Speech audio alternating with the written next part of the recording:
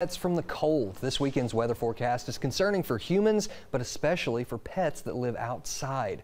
Joining us now is Norm Stafford, longtime volunteer with the Northeast Arkansas Humane Society. And who is this adorable, sweet little baby today? This is Zetta, and Zetta is one of the most friendly and playful dogs that I've ever brought here. Immediately, as soon as we brought her in, she just followed me around. She wanted to jump up on me. She's licking me to death. She is just a little bundle of joy. She deserted me for a while. She did. Yeah, she's more interested in me and Aaron. She'll be lucky if one of us doesn't accidentally take her home in a little bit. But. Well, she was surrendered, and I'm certain she was.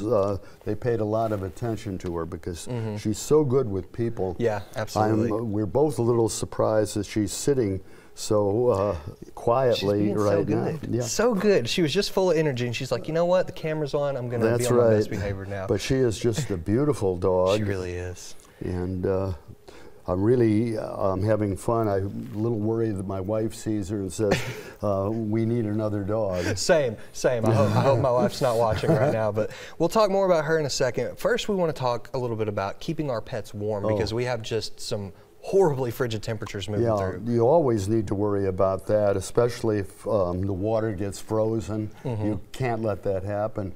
But I learned something today that if your dog is going to be outside, you should put straw outside. And I didn't know the difference between straw and hay. I'm from Chicago. But you cannot use hay. It absorbs the water and the moisture.